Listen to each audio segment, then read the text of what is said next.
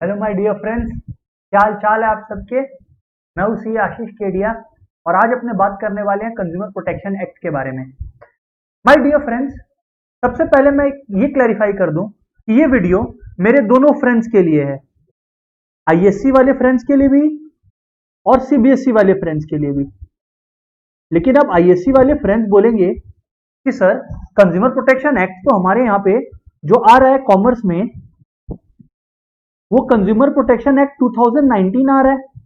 वो एक्ट 2019 आ रहा है जो अभी रिसेंटली अमेंडमेंट आया 2 साल पहले, साल भर पहले, वो आ रहा है सर।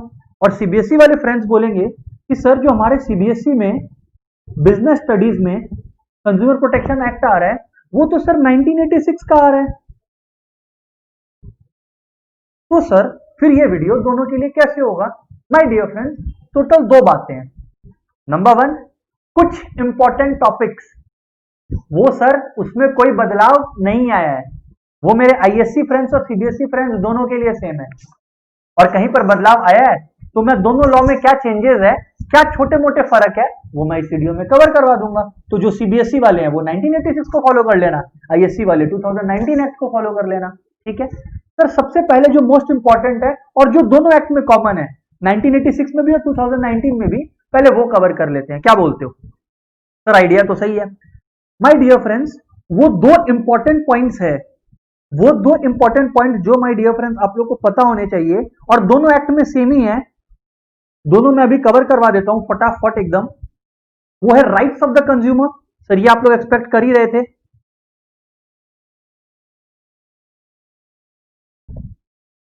ये दोनों एक्ट में सेम है सर, एग्जैक्टली। और दूसरा my dear friends, responsibilities of consumer. सबसे पहले माय डियर फ्रेंड्स क्विकली इसको अपने लोग पढ़ लेते हैं ना। ओके, राइट्स ऑफ कंज्यूमर्स क्या क्या है as per consumer protection act, both 2019 and 1986। Sir, वही 6 इंपॉर्टेंट राइट्स अपने को पढ़ने हैं। पहला, right to safety. Right to safety का मतलब सर, मतलब कोई भी ऐसा प्रोडक्ट कंज्यूमर को मार्केट नहीं होगा, सेल नहीं किया जाएगा जो उसके लिए हैजार्डस है, हार्मफुल है। फॉर एग्जाम्पल, एक गैस सिलेंडर जो प्रॉपरली सील्ड नहीं है, वैसे प्रोडक्ट्स के against consumer has right because they are dangerous for the consumer. Right to safety sir, number one.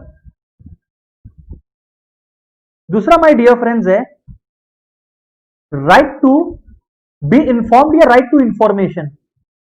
आप लोग देखते होंगे सर कि प्रोडक्ट जो भी आप परचेज करते हो, उसमें पैकेट के पीछे ना काफी चीज लिखा रहता है, जैसे उसका कंटेंट्स, कार्बोहाइड्रेट्स, फैट्स, अगर खाने की चीज है तो, right, manufacturing date, right, expiry date, MRP, ये सारी चीजें my dear friends because of consumer protection act उसमें लिखी रहती है।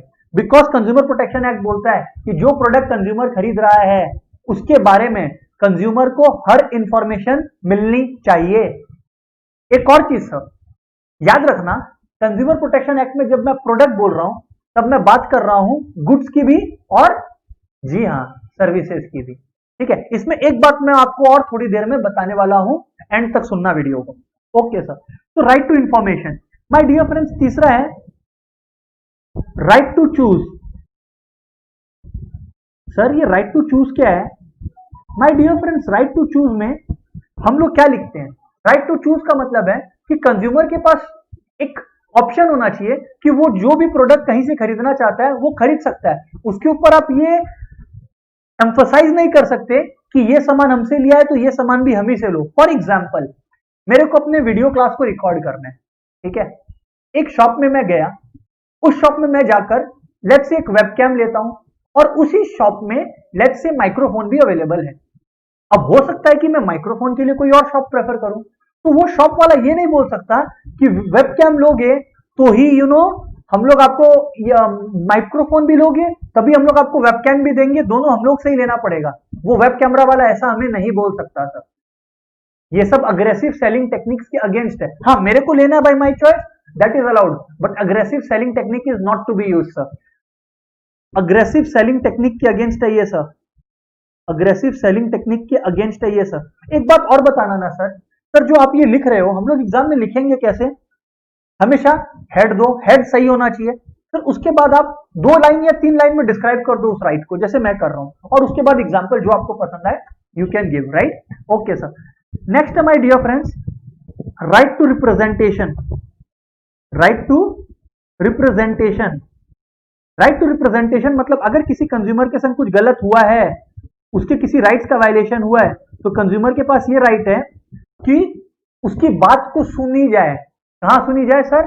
कंज्यूमर फोरम्स में, कंज्यूमर कमीशंस में, कंज्यूमर कोर्ट्स में उसकी बात को सुनी जाए। Right to representation. और इसी राइट टू रिप्रेजेंटेशन के साथ ही माय डियर फ्रेंड्स एक और राइट है which is called right to remedies. Right to remedies. Sir ये राइट टू रेमेडीज क्या है? राइट टू रेमेडीज को राइट टू सीक रिड्रेसल भी बोलते हैं। अब मान लो कि अगर हमारा जो एक्ट है कंज्यूमर प्रोटेक्शन एक्ट, वो खाली पॉइंट नंबर डी पे रुक गया होता, तब होता क्या पता है? कंज्यूमर जाता, अपनी प्रॉब्लम बताता और कोर्ट बोलता हाँ हमने तो सुन लिया। तुम्हारे पास तो राइट टू रिप्रेजेंटेशन है ना, कि हम तुम्हारी बात सुनेंगे, तुम्हारी प्रॉब्लम सुनेंगे, बस अब जाओ। इसीलिए राइट टू सीक रिड्रेसल आया कि केवल उसकी बात सुनी नहीं जाएगी, उसको जस्टिस, इंसाफ भी उसे मिलेगा। ठीक है ना? तो right to seek redressal. And the sixth one is right to education. Sir ये राइट टू एडुकेशन क्या है सर? माय डियर फ्रेंड्स, अब आप लोग एक बात बोलोगे, पता है क्या? कि यार सर ये जो राइट टू एडुकेशन है और ये पॉइंट बी में जो आप लिखे राइट टू इंफॉर्मेशन सेम लग रहा है। नहीं, डिफरेंट है। राइट टू इंफॉर्मेशन जो है my dear friends, right to information जो मैंने बी में बताया था, ये प्रोडक्ट स्पेसिफिक है। मतलब जिस प्रोडक्ट को बेचा जा रहा है उस प्रोडक्ट से रिलेटेड सारा इंफॉर्मेशन रहना चाहिए उस प्रोडक्ट पर। That is what right to information says. Right to education क्या बोलता है? ये इन जनरल है। इन जनरल है मतलब कंज्यूमर प्रोटेक्शन एक्ट बोलता है कि हर कोई कोशिश करे कि मास मीडिया के थ्रू, मास मीडिया मतलब टेलीफोन, टेलीविजन, ये सब कुछ यूज करके, messages, mobile messages, mass media use करके लोगों को अपने राइट्स, अपने पावर्स के बारे में अवेयर किया जाए। अब देखो आप लोग, हम लोग पढ़ पा रहे हैं, वी आर लकी, बट हर कोई तो इतने लकी नहीं है ना कि उनको पता रहे कि अगर उनको ऐसा खराब प्रोडक्ट मिल जाता है तो they have such forums, they have various forums जहां वो लोग कंप्लेन कर सके। तो गवर्नमेंट कैसे उन लोगों तक पहुंचे, उन लोगों तक ये नॉलेज कैसे पहुंचाए? क्लास 12 का क्लास पढ़वा के? नहीं, मास मीडिया जो सब कोई देखते हैं, यूज करते हैं, उसके थ्रू। अच्छा, तो सर ये जनरल है। जी हाँ, आप लोग देखते हो ना वो है जागो ग्राहक जागो। हाँ सर देखते हैं, वो राइट टू एडुकेशन के अंदर है। अच्छा सर ये बात है क्या? जी हाँ माय डियर फ्रेंड्स ये बात है। ओके सर, ये हो गया sir rights of consumer. Okay, अब हम लोग सर पढ़ते हैं responsibilities of consumer. My dear friends, अगर अपने रिस्पॉन्सिबिलिटीज ऑफ कंज्यूमर के बारे में बात करें तो यार देखो, याद है वो स्पाइडरमैन में एक डायलॉग था, with great power comes great responsibility, है ना? हाँ, वैसे ही विथ राइट्स कम्स रिस्पॉन्सिबिलिटीज। अगर कंज्यूमर के पास कुछ पावर्स है तो उस पावर को एक्सरसाइज करने से पहले कंज्यूमर्स को भी कुछ इंश्योर करना पड़ेगा।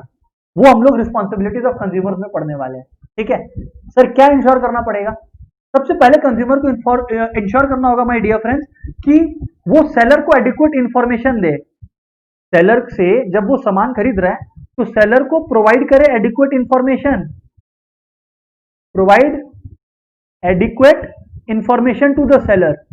आप अगर सेलर से सामान लेने गए हो और आप अपने प्रॉब्लम को, जिस इशू को एड्रेस करना है वो ही आप ठीक से नहीं बता पा रहे, तो बेचारा सेलर आपको राइट प्रोडक्ट कैसे देगा? तो आपको इंश्योर करना है कि आप सेलर को राइट प्रोडक्ट का इंफॉर्मेशन दो जिससे वो आपकी जरूरत के अनुसार आपको प्रोडक्ट दे सके। ठीक है ना? सबसे पहले तो ये। दूसरा माय डियर फ्रेंड्स, जो सबसे बड़ी गलती लोग करते हैं, नॉट कलेक्टिंग कैश मेमो और रिसीट।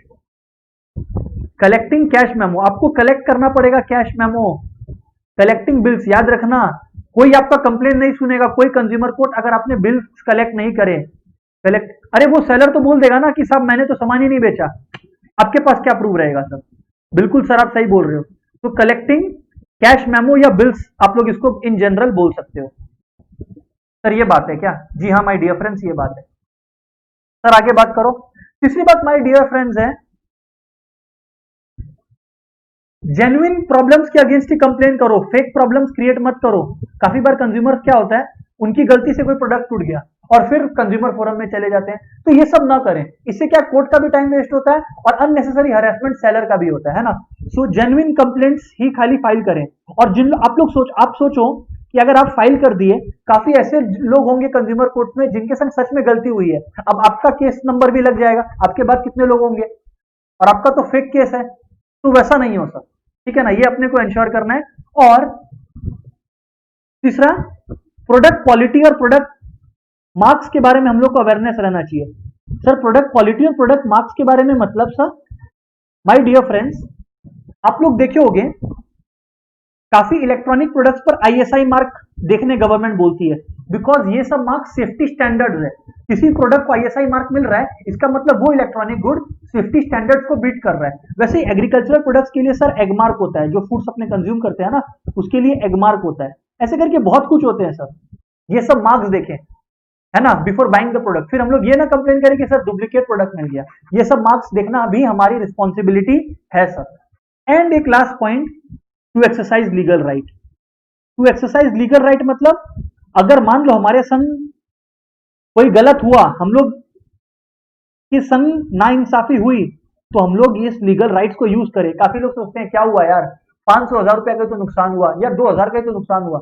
बात पैसे की नहीं है, बात यह है कि फिर वो सेलर यही चीज कंटिन्यू करेगा और आप लीगल राइट्स एंजॉय नहीं करोगे अपना, तो कौन करेगा सर, फिर तो फायदा नहीं है ना इस एक्ट को पढ़ने का। जी हाँ सर, बात तो सही है आपका। तो माय डियर फ्रेंड्स, सबसे पहले तो अपने लोग जो दोनों में कॉमन थे, कंज्यूमर प्रोटेक्शन एक्ट 2019 में और 1986 में, अपने लोग वो कवर कर लिए। अब माय डियर फ्रेंड्स, जिसका आप लोग वेट कर रहे थे उस पर चलते हैं। क्या डिफरेंसेस है, क्या बदलाव है सर जो हमें पता होने चाहिए, सुन लो। माय डियर फ्रेंड्स, जो एक मेजर चेंज आया है वो ये आया है ना कि जैसे आप लोग देखो सेबी के बारे में, सेबी क्या है, securities exchange board of India, ठीक है ना। ये क्या करता है, जितने भी स्टॉक एक्सचेंजेस है सबको रेगुलेट करता है, कंट्रोल करता है। गवर्नमेंट ने इसको स्टैब्लिश किया था 1992 में सर, बराबर बात। माय डियर फ्रेंड्स, ठीक इसी तरह से आरबीआई है जो बैंक्स को कंट्रोल करता है ना, रिजर्व बैंक ऑफ इंडिया, हाँ सर करता है। बट माय डियर फ्रेंड्स, कोई भी एक ऐसा रेगुलेटर नहीं था, कोई भी ऐसा 1986 एक्ट में कोई भी ऐसा एक रेगुलेटर नहीं था। अगर मैं इसको डिफरेंस फॉर्म में लिखूं ना, मैं डिफरेंस फॉर्म में इसको लिखूं माय डियर फ्रेंड्स, तो ये देखो, ये 1986 एक्ट यहां आ गया, 2019 एक्ट इधर आ गया, ठीक है ना।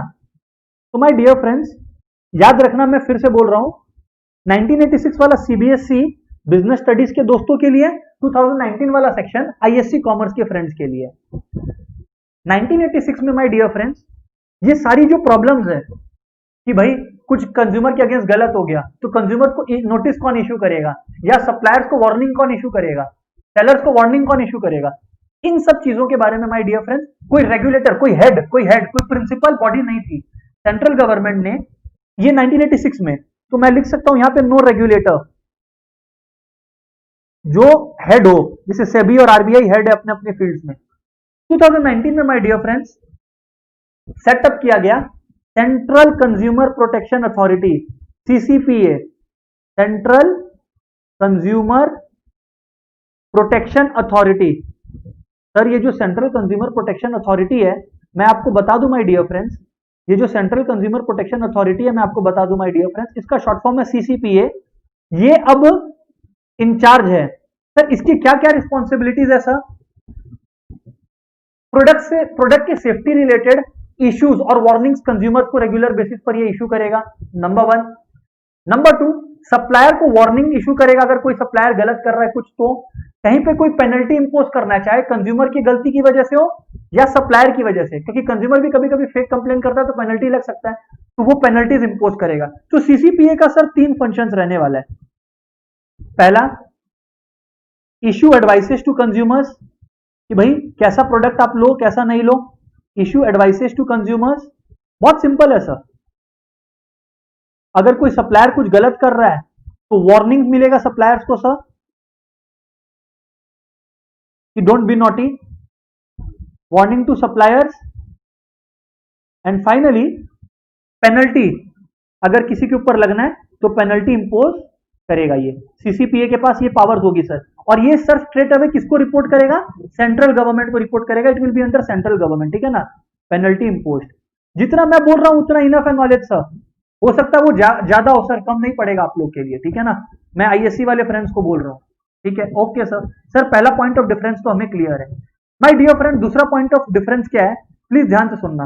हाँ सर बताओ आप दूसरा point of difference. My dear friends, जो दूसरा पॉइंट ऑफ डिफरेंस अराइज हुआ है वो ये है, बहुत ही ब्रिलियंट पॉइंट ऑफ डिफरेंस। 1986 के टाइम पे तो सर इलेक्ट्रॉनिक परचेजिंग और सेलिंग इतना होता नहीं था, ना के बराबर या ना ही होता था, है ना।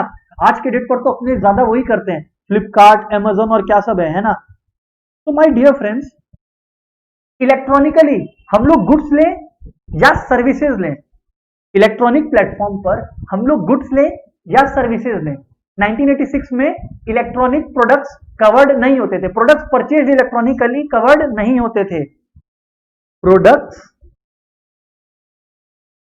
एंड सर्विसेज, ये 1986 का मैं बता रहा हूं बाय द वे, है ना। हाँ तो सर जो प्रोडक्ट्स एंड सर्विसेज आप इलेक्ट्रॉनिकली परचेज करते थे,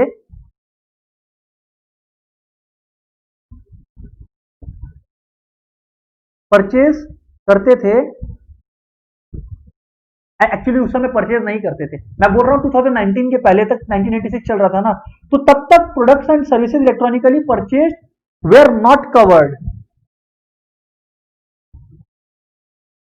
अब अगर आप ई कॉमर्स प्लेटफॉर्म पे भी कुछ खरीदते हो, अब अगर आप ई कॉमर्स प्लेटफॉर्म पे भी कुछ खरीदते हो, चाहे वो गुड्स हो या सर्विसेज हो, ई कॉमर्स प्लेटफॉर्म पे गुड्स और सर्विसेज अगर आपको गलत मिला तो सर वो गुड्स और सर्विसेज भी कंज्यूमर प्रोटेक्शन एक्ट कवर करेगा।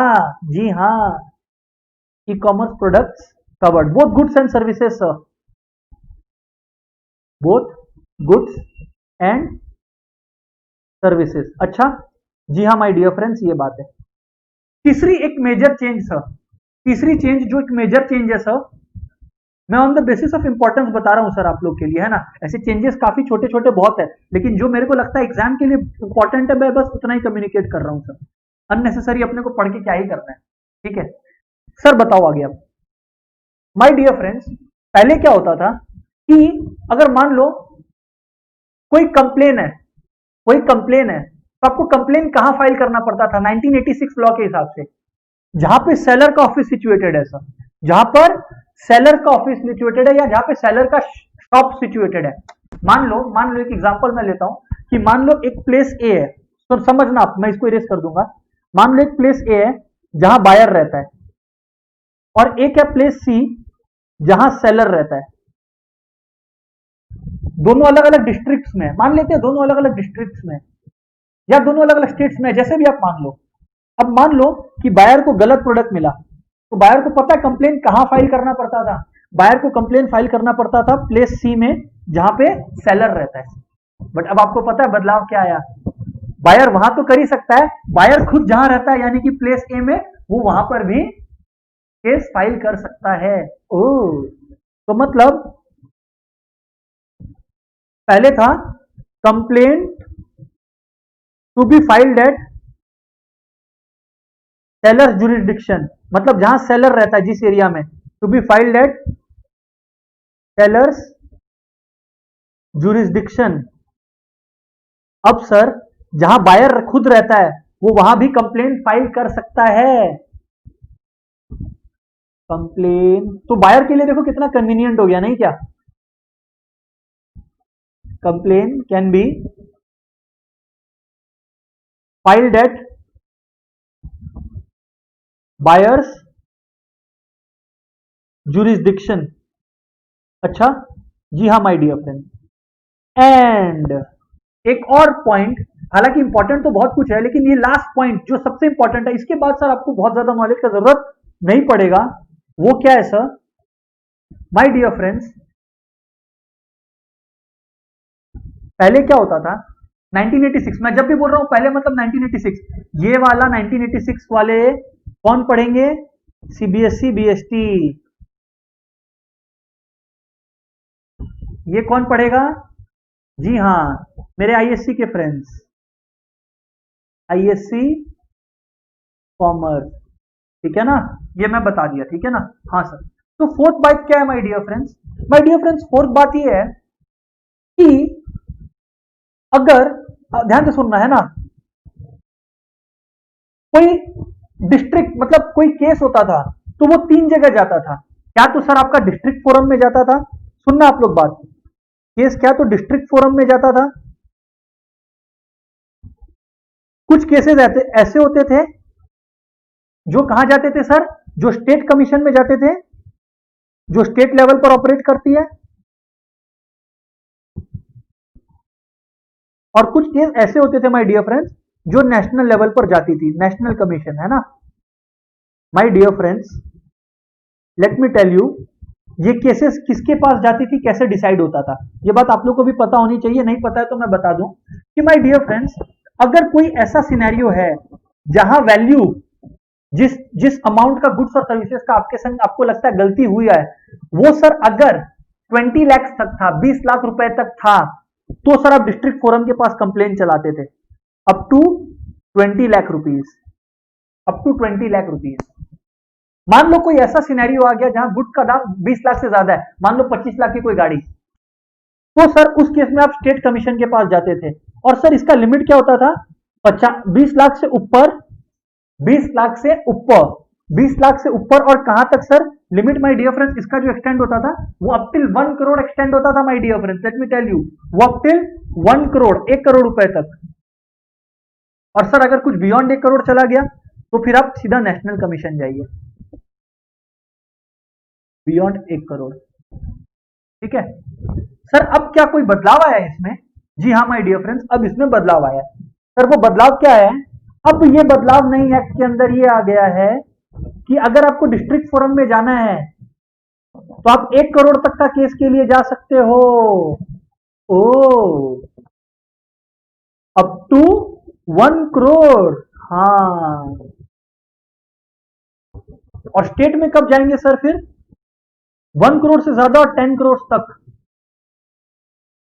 1 से 10 करोड़ तक सर, और नेशनल ऑब्वियसली अबव 10 करोड़।